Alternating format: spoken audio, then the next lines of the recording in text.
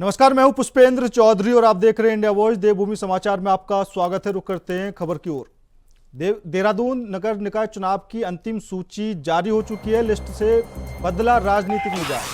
तो निकाय चुनाव को लेकर अंतिम सूची जारी हो चुकी है, तो वहीं लिस्ट से राजनीतिक मिजाज भी बदलता हुआ नजर आ रहा है। 2 नगर निगम मेयर पद का बदला आरक्षण, 19 नगर पालिका के अध्यक्षों का भी आरक्षण बदला गया है। तो वहीं 18 नगर पंचायतों के अध्यक्षों में भी बदलाव किया गया है। हरिद्वार की ढंढेरा में आपत्तियों के बाद सीट बदली गई है। आपत्तियों के निस्तारण के बाद सीट अब सामान्य हो चुकी है। शहरी विकास विभाग में अंतिम अधिसूचना जारी कर दी गई है। तो नगर निकाय चुनाव को लेकर ये खबर आपको बता रहे हैं, जहां आपत्तियों के निस्तारण के बाद अब कई सीट सामान्य हो चुकी हैं। शहरी विकास विभाग में अंतिम अधिसूचना जारी कर दी है और कल ही राज्य निर्वाचन आयोग ने प्रेस कॉन्फ्रेंस करके निकाय चुनाव की तारीखों का ऐलान किया था। तो वहीं अब निकाय चुनाव की तारीखों के ऐलान के बाद सभी पार्टियों में हलचल तेज हो गई है और 2 नगर निगम मेयर पद का भी आरक्षण यहां पर बदला गया है। निकाय चुनाव की अंतिम सूची जारी हो चुकी है। और इसी खबर पर ज्यादा जानकारी के लिए हमारे संवाददाता अभय केतुरा जुड़ चुके हैं। अभय, नगर निकाय चुनाव को लेकर क्या कुछ ताजा अपडेट है? बिल्कुल, ये कह सकते हैं कि राज्य निर्वाचन आयोग की तरफ से निकाय चुनाव को लेकर अधिसूचना यहाँ पर जारी कर दी गई है। जो अंतिम आरक्षण जारी हुआ उसमें साफ तौर पर कह सकते हैं कि प्रदेश के 19 नगर निकायों में आरक्षण को बदलने का काम यहाँ पर हो पाया था, जिन पर आपत्तियां यहाँ पर लगाई गई थी। जिस प्रकार से आपत्तियों का अंबार इस समय कह सकते हैं कि शहरी विकास के पास यहाँ पर जमा था। 1000 से ज़्यादा आपत्तियां विभिन्न निकायों में अध्यक्ष पद को लेकर यहाँ पर आई थी। तो उसमें सबसे ज़्यादा हरिद्वार जनपद के भीतर जो नवनिर्वाचित नगर पंचायत ढंढेरा थी, उसको लेकर सबसे ज़्यादा आपत्तियां यहाँ पर आई थी। उन सभी आपत्तियों का निस्तारण करने के बाद अब ये कह सकते हैं कि निकायों की जो अधिसूचना थी चुनाव को लेकर, वो अब यहाँ पर जारी हो चुकी है। प्रदेश में 27 दिसंबर से निकाय चुनाव के लिए जो नामांकन की जो प्रक्रिया है वो शुरू होने जा रही है।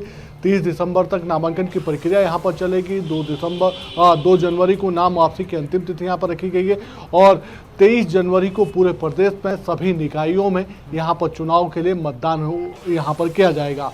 इसके अलावा 25 जनवरी को मतगणना यहाँ पर होगी, जिसके लिए भी पूरी तरीके से निर्वाचन आयोग की तैयारी यहाँ पर चल रही है।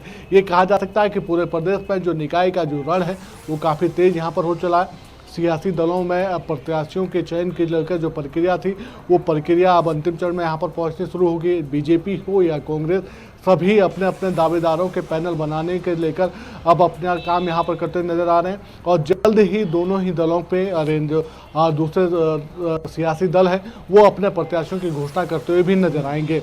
कोशिश यही है कि जो 25 दिसंबर तक का जो समय यहाँ पर है कि सियासी दल अपना अपना काम यहाँ पर कर पाए, तो उस पर पैनल बनाने का काम यहाँ पर हो जाएगा। और निकाय चुनाव में जब नामांकन की प्रक्रिया शुरू होगी तो उस दौरान दोनों ही दल, चाहे बीजेपी और कांग्रेस, जिनके बीच मुख्य मुकाबला समझा जा सकता है, वो अपने अपने प्रत्याशी यहाँ पर घोषित कर देंगे।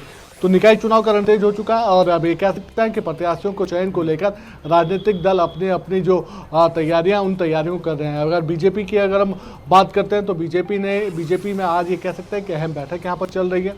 कुमाऊं मंडल के जितने निकाय हैं उन सभी निकायों में जो अध्यक्ष और मेयर पद के जो प्रत्याशी हैं, पालिका अध्यक्ष पद के जो प्रत्याशी हैं, उनके नामों पर राज्यसभा में मंथन यहाँ पर चल रहा है। पैनल बनाने को जो तैयारियां हैं, पैनल बनाने की जो कवायद वो यहाँ पर चल रही है और उम्मीद ये की जा सकती है कि आज देर शाम तक कुमाऊं मंडल के सभी निकायों में जो मेयर और अध्यक्ष के जो नाम होंगे, उनके नामों का पैनल पार्टी हाईकमान को भेजने का काम यहाँ पर कर दिया जाएगा।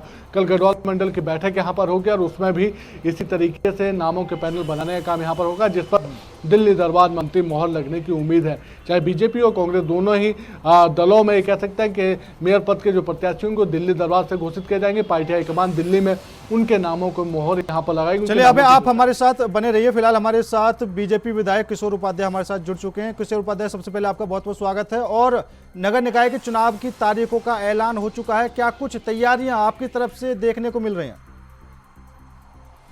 किशोर जी।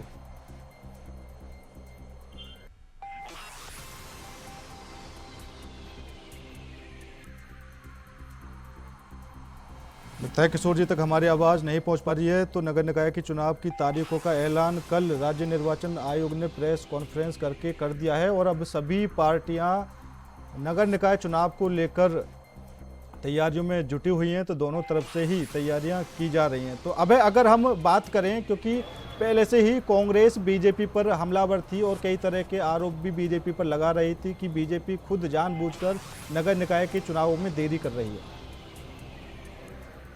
ये समझा जा सकता है कि पिछले 1 साल से ज़्यादा का समय यहाँ पर हो गया। पूरे प्रदेश में निकायों के चुनाव नहीं हो पाए थे।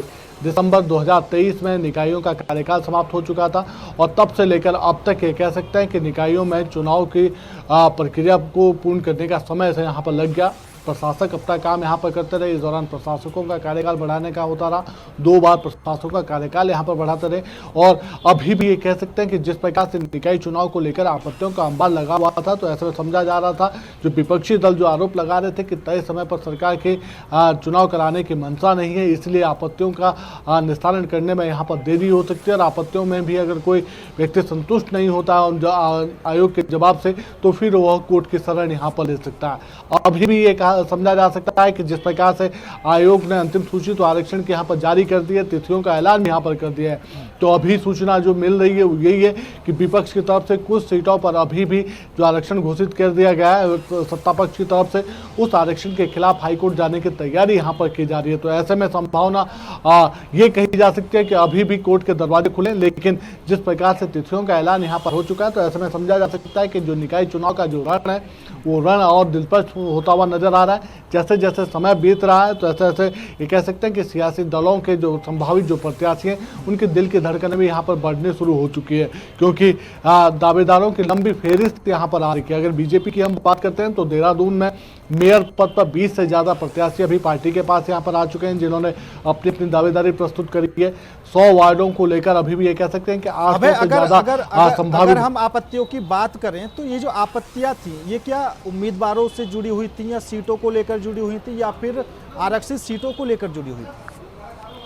देखिए, सबसे ज़्यादा जो आपत्तियां थी वो रिजर्वेशन जारी होने को लेकर थी। जिस सीट पर रिजर्वेशन यहाँ पर लगाया गया था, लागू किया गया था, चाहे वो आरक्षित करने का हो या फिर महिला सीट करने का हो या फिर शेड्यूल कास्ट करने की यहाँ पर तैयारी थी, जो आरक्षित करने की जो श्रेणी यहाँ पर रखी गई थी, उनको लेकर सबसे ज़्यादा आपत्तियां यहाँ पर लगी थी। ये कहा जा सकता है कि आप हरिद्वार की जो नवगठित जो नगर पंचायत थी ढंढेरा, उस पर 300 आपत्तियां सिर्फ इस बात को लेकर यहाँ पर दाखिल की गई थी कि नई पहली बार नगर पंचायत का गठन वहाँ पर हुआ था और वहीं पर पहली बार में ही आरक्षित सीट करने का काम वहाँ पर सरकार की तरफ से यहाँ पर कर दिया गया था, शहरी विकास विभाग की तरफ से। उस आरक्षण के खिलाफ ये आपत्तियां वहाँ पर लगी हुई थी। ऐसे में जो लोग पिछले लंबे समय से अपने चुनाव की दावेदारी वहाँ पर कर रहे थे, चुनावी तैयारियाँ वहाँ पर कर रहे थे, वो इस आरक्षण लागू होने से उनको बड़ा झटका वहाँ पर लगा था। और यही वजह रही कि जब आपत्तियों का निस्तारण करने की तैयारी विभाग की तरफ से यहाँ पर की गई थी, तो उसमें ज़्यादातर आपत्तियां एक जैसी वहाँ पर नजर आई थी। लेकिन कुछ जगहों पर कह सकते हैं कि कुछ आपत्तियों का सही रूप वहाँ पर देखने को मिला था और उसी के अनुरूप ये कह सकते हैं कि जनभावनाओं के अनुरूप आपत्तियों का निस्तारण हुआ था और 19 निकायों में उस आरक्षण को बदलने का काम आयोग की तरफ से कर दिया गया था। और अब ये कह सकते हैं कि जब पूरी तरीके से अंतिम सूची यहाँ पर आरक्षण की जारी हो चुकी है, निकायों में चुनाव की तिथियों का ऐलान यहाँ पर हो चुका है, तो फिर अब ये कह सकते हैं कि सभी लोग निकाय चुनाव की तैयारियों में जुटे हुए नजर आ रहे हैं। और खासतौर पर बीजेपी और कांग्रेस की बात करें, जो इस निकाय चुनाव में मुख्य विपक्ष मुख्य दल है, जिनके बीच में। ठीक है, ज्यादा जानकारी देने के लिए आपका बहुत बहुत धन्यवाद। तो बढ़ते हैं अगली खबर की ओर। निकाय की सरगर्मी तेज हो चुकी है और बीजेपी कांग्रेस में निकाय चुनाव को लेकर भी मंथन शुरू हो चुका है। दिल्ली में प्रत्याशियों के नाम पर दोनों ही पार्टियां मंथन करेंगी। बीजेपी में चुनाव संचालन समिति की बैठक जारी है। आज कुमाऊं मंडल के पैनलों पर मंथन, कुमाऊं प्रदेश मुख्यालय पर भी बैठक जारी है। कांग्रेस में भी 2 बैठकों का दौर शुरू हो चुका है। 28 दिसंबर तक प्रत्याशियों के नाम का ऐलान हो सकता है, तो वहीं जिला प्रभारी अपनी रिपोर्ट सौंपेंगे। 25 दिसंबर तक रिपोर्ट सौंपने का काम कर सकते हैं। तो निकाय को लेकर प्रशासन भी सख्त हो चुका है और प्रचार प्रसार को लेकर भी नियम लागू हो चुके हैं और आचार संहिता में सख्त नियम जो होते हैं वो सभी लागू यहाँ पर कर दिए गए हैं। तो प्रचार के लिए अब परमिशन लेनी पड़ेगी और लाउड स्पीकर भी बैन रहेगा।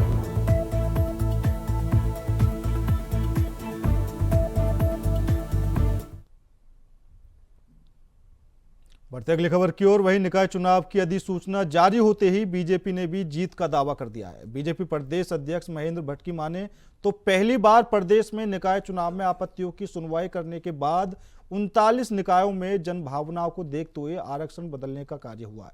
बीजेपी प्रदेश अध्यक्ष ने कहा कि उन्हें उम्मीद है कि 25 जनवरी को जब चुनाव के परिणाम आएंगे तो बीजेपी बड़े अंतर से जीत हासिल करती हुई नजर आएगी।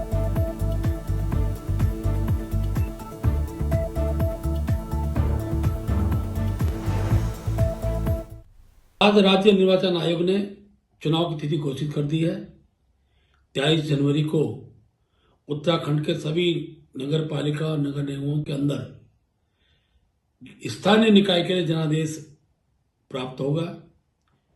और मैं कह सकता हूं कि पहली बार का अनुभव है कि जब नगर विकास द्वारा आपत्तियां मांगी गई रिजर्वेशन के बाद, तो जन भावना का कदर किया गया। आपत्तियों का निस्तारण सुनवाई के बाद हुआ। लगभग 39 नगर निगम, नगर पालिका, पंचायत मिलाकर 39 स्थल थे जिनमें सुनवाई के बाद एक पुनः रिजर्वेशन तय हुआ है। हम इसका स्वागत करते हैं और 25 तारीख को उत्तराखंड के भारतीय जनता पार्टी सभी नगर निगमों में अपना परचम लहराएगी, ऐसा विश्वास पूर्वक मैं कह सकता हूं।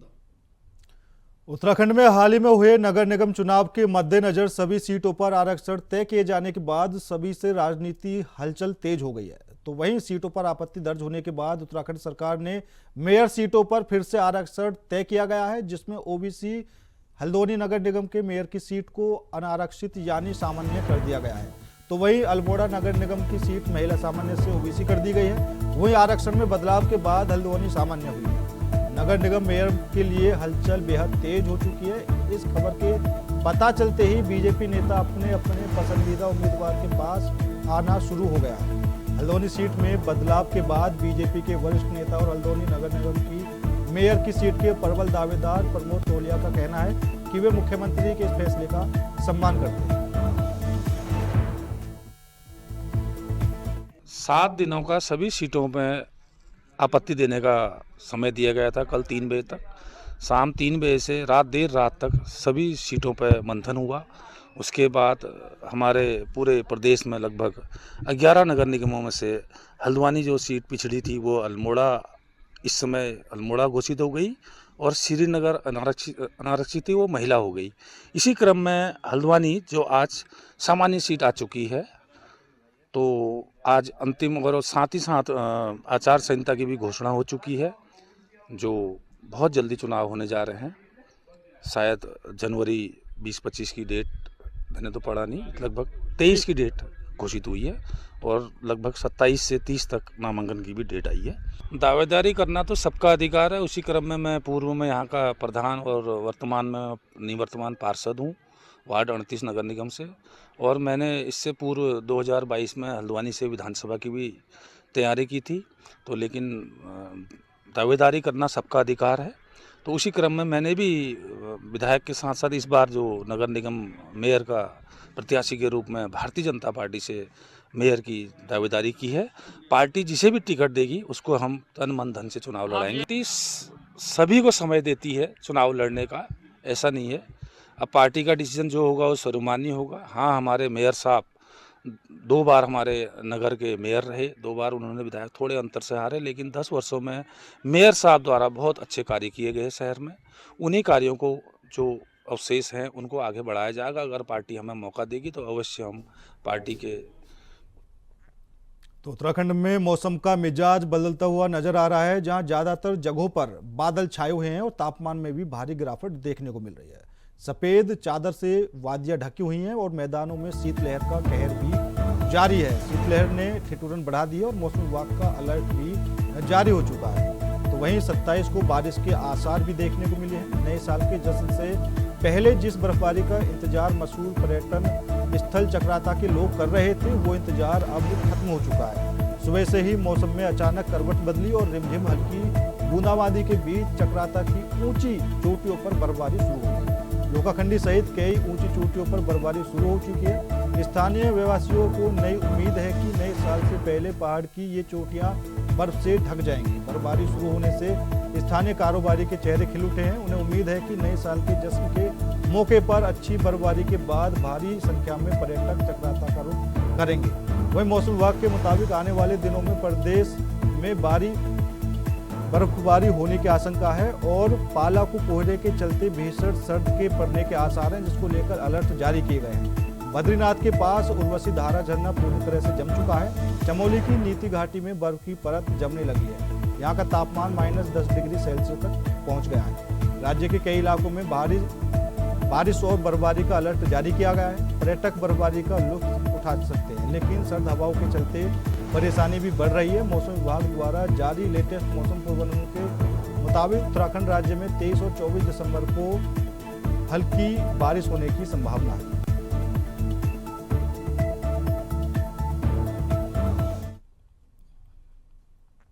मुख्यमंत्री पुष्कर सिंह धामी ने उत्तराखंड में जनवरी 2025 से समान नागरिकता संहिता लागू करने की घोषणा की है।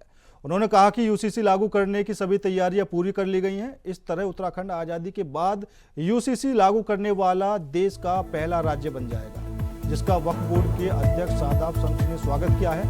उन्होंने कहा कि यूसीसी उभरते हुए भारत की एक तस्वीर है और ये विकसित भारत की ओर एक मजबूत कदम है। यूसीसी देश के लिए नजीर होगी और पूरे देश में सारे प्रदेश इसको युवा मुख्यमंत्री पुष्कर सिंह धामी जी का ये कमिटमेंट था कि हम आएंगे तो यूसीसी को लागू करेंगे। यूसीसी उभरते हुए भारत की एक तस्वीर है, ये विकसित भारत की ओर एक मजबूत कदम है और यूसीसी को इतनी गंभीरता से लाया जा रहा है कि वो सिर्फ उत्तराखंड तक सीमित रहने वाला नहीं है। यूसीसी देश के लिए एक नजीर होगी और हमें पूरी उम्मीद है कि सारे प्रदेश यूसीसी को हाथों हाथ लेने वाले हैं और यूसीसी देश का कानून बनेगा। यूनिफॉर्म सिविल कोड किसी धर्म के खिलाफ नहीं है, वो सबके कस्टम्स का ध्यान रखते हुए बड़ी बारीकी से उस यूसीसी को ड्राफ्ट किया गया है और पूरी ईमानदारी के साथ सबके कस्टम्स का, उनकी रीतियों का, उनकी परंपराओं का ध्यान रखा गया है। यानी मुसलमान निकाह करेगा और अपने निकाह को रजिस्टर्ड कराएगा, हिंदू फेरे लेगा लेकिन अपने विवाह को रजिस्टर्ड कराएगा, क्रिश्चियन रिंग सेरेमनी करेगा लेकिन अपने विवाह को रजिस्टर्ड कराएगा। तो सबको विवाह रजिस्टर्ड कराने पड़ेंगे और कोई तलाक देता है तो सबको तलाक भी रजिस्टर्ड कराने पड़ेंगे। घर बैठ के आप व्हाट्सएप पे तलाक नहीं दे पाएंगे, आपके घर की बपौती नहीं है, उस बेटी का अधिकार है, उस बेटियों को अधिकार देने वाला ये यूसीसी आ रहा है। और यूसीसी के अंदर बिल्कुल स्पष्ट किया जा रहा है कि यूनिफॉर्म सिविल कोड बेटियों को, जो आधी आबादी है, उसको बराबरी का हक देगा। अब प्रॉपर्टी में बेटों के बराबर बेटियों को भी हिस्सेदारी मिलेगी, उसमें मुस्लिम बेटियां भी बराबर की हिस्सेदार होंगी और बाकी बेटियां भी बराबर की हिस्सेदार होंगी। तो ये अपने आप में बताता है कि जब हम संविधान की बात करते हैं, संविधान कहते हैं संविधान, एक जैसा विधान सबके लिए हो। हम एक जैसे विधान की बात करने के लिए, उस संविधान की बात करने के लिए मेरे युवा मुख्यमंत्री पुष्कर सिंह धामी यूसीसी लेके आ रहे हैं। दिल की गहराइयों से बहुत बहुत बधाई और शुभकामनाएं। खबर पौड़ी से है, जहां लोकसभा सांसद अनिल बलूनी ने पौड़ी में पार्टी कार्यकर्ताओं के स्वागत के दौरान नेटवर्क कनेक्टिविटी की समस्या को लेकर बड़ी घोषणा की है। उन्होंने कहा कि जिन क्षेत्रों में नेटवर्क कनेक्टिविटी की कमी है वहां जल्दी सुधार के प्रयास किए जाएंगे। इसके साथ ही तीनों जिलों के जिलाधिकारियों को निर्देशित किया कि नेटवर्क की समस्या वाले स्थानों की पहचान कर पूरी जानकारी प्रस्तुत करें। सांसद बलूनी ने आगे कहा कि बेहतर नेटवर्क से छात्रों को ऑनलाइन शिक्षा में आसानी होगी, जिससे वे बिना रुकावट के अपनी कक्षाएं, अध्ययन सामग्री और ऑनलाइन परीक्षाओं में भाग ले सकेंगे। साथ ही डिजिटल संस्थानों तक उनकी पहुंच भी बढ़ेगी, जिससे उनकी शिक्षा में गुणवत्ता का सुधार होगा। देखिए, जो हमारी गढ़वाल लोकसभा के अंदर 3 जिले हैं प्रमुख रूप से, जिनमें यहाँ पर ये दिखा है, तीनों जिलाधिकारियों से बात हुई और उन जिलाधिकारियों को हम लोगों ने, हमारी तरफ से निर्देश हुआ कि हमारे जिले में जितना जगहों पर डाक जोड़, उन जगहों का आइडेंटिफिकेशन करना है और जहां पर मोबाइल कनेक्टिविटी कम है और किस टेलीकॉम कंपनी की कम है, क्या बीएसएनएल की कम है वहां पर, या उसका एयरटेल का कम है, या वोडाफोन, जो भी जितना है, जियो का कम है, ऐसा देख के क्या वहां पर टावर की पावर को बढ़ा के काम किया जा सकता है, क्या नए टावर लगाने की आवश्यकता है। इस सब की जानकारी लेकर फिर एक बार तीनों टेलीकॉम कंपनी के साथ बैठ के दिल्ली में, और जहां अतिरिक्त मोबाइल टावर लगाने वहां लगाएंगे। मुझे ये लगता है कि आने वाले 15 से 20 दिन के अंदर हम अपनी पूरी लोकसभा में कहाँ कहाँ पर डाक जोन है उनको चिन्हीकरण करके और वहां पर नए टावर लगाने और या टावर की दिशा मोड़नी है या टावर की पावर बढ़ानी है, उसको लेकर काम करें। निकाय चुनावों का बिगुल बजते ही हरिद्वार में चुनाव की तैयारियों को लेकर प्रशासन ने भी कमर कस ली है। जिलाधिकारी ने अधिकारियों के साथ बैठक कर तैयारियों की समय से पूरी करने के दिशा निर्देश दिए हैं और चुनाव को सकुशल, निष्पक्ष और शांतिपूर्ण ढंग से संपन्न कराए जाने के निर्देश दिए हैं और आगे कहा कि आने वाले समय में लगातार तैयारियों की समीक्षा की जाएगी। जिस अधिकारी को जो भी जिम्मेदारी दी गई है वह जिम्मेदारी का गंभीरता से निर्वहन करें। प्रत्येक बिंदु पर चर्चा हुई है, किस प्रकार से तैयारियां करनी है, किस प्रकार से नॉमिनेशन होना है, किस प्रकार से वापसी होनी है, स्क्रूटनी होनी है, प्रतीक आवंटन किस प्रकार से होना है और समस्त बिंदुओं पर चर्चा हुई है डिटेल में। और किस प्रकार से निर्वाचन के दृष्टिगत बाकी तैयारियां करनी है उस पर भी चर्चा हुई है कि किस प्रकार से आचार संहिता को इम्प्लीमेंट करना है, निर्वाचक नामावली को हमें ठीक रखना है। तो इन सब चीज़ों पर चर्चा हुई है और सबके साथ मिलकर के हम लोग अच्छा निर्वाचन करें। उत्तराखंड में राष्ट्रीय खेलों का काउंटडाउन शुरू हो गया है। इसके तहत खेल मंत्री रेखा आर्या ने राजीव गांधी क्रिकेट स्टेडियम देहरादून से प्रचार टीमों को हरी झंडी दिखाकर रवाना किया। इसके अलावा खेल मंत्री ने सभी 13 जिलों के जिलाधिकारी और अन्य अधिकारियों के साथ वीडियो कॉन्फ्रेंसिंग कर तैयारियों की समीक्षा की। बता दें कि 26 दिसंबर से हल्द्वानी के गोलापार में राष्ट्रीय खेलों की औपचारिक मशाल यात्रा शुरू होनी है। इसके लिए 3 सजे धजे कैंटर और अन्य टीमों को देहरादून से रवाना किया गया है। खेल मंत्री रेखा आर्या ने बताया कि 26 दिसंबर को हल्द्वानी से शुरू होकर मशाल यात्रा पूरे 1 महीने का सफर तय करते हुए 25 जनवरी को देहरादून पहुंचेगी। इस दौरान हर जनपद में 2 से 3 तक विभिन्न आयोजन किए जाएंगे। इसमें साइकिल रैली, मैराथन, प्रभात फेरी, रस्साकसी, पंजा प्रतियोगिता, स्कूलों में क्विज जैसे आयोजन किए जाएंगे।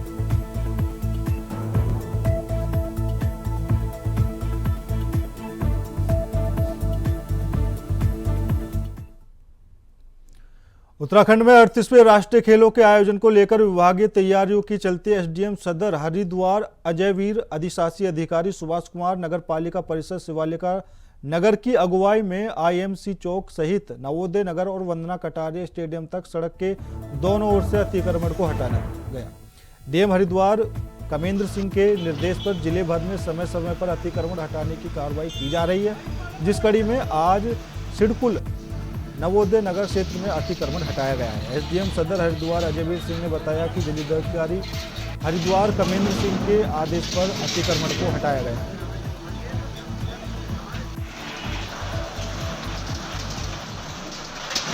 अतिक्रमण तो इन जनरल डीएम सर के आदेश रहते हैं कि अतिक्रमण के खिलाफ लगातार अभियान करा जाए, कार्रवाइयाँ करी जाएं।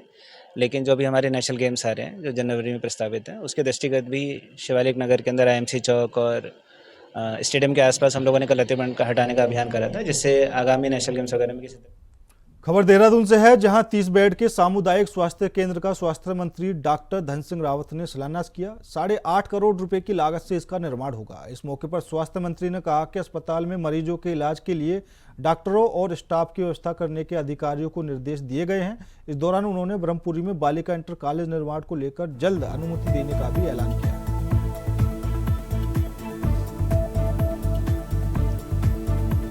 तो स्वास्थ्य केंद्र का यहाँ पर निरीक्षण स्वास्थ्य मंत्री ने किया है। 8.5 करोड़ रुपए की लागत से ये स्वास्थ्य केंद्र का निर्माण होगा।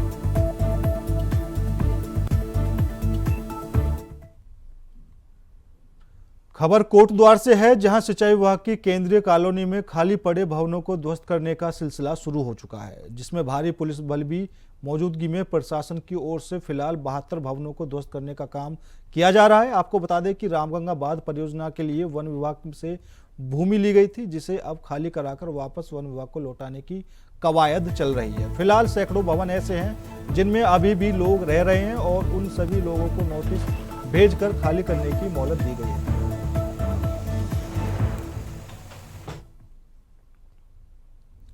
फिलहाल मेरे साथ इस बुलेटिन में इतना ही। बाकी देश और दुनिया की तमाम खबरों के लिए देखते रहिए इंडिया वॉइस।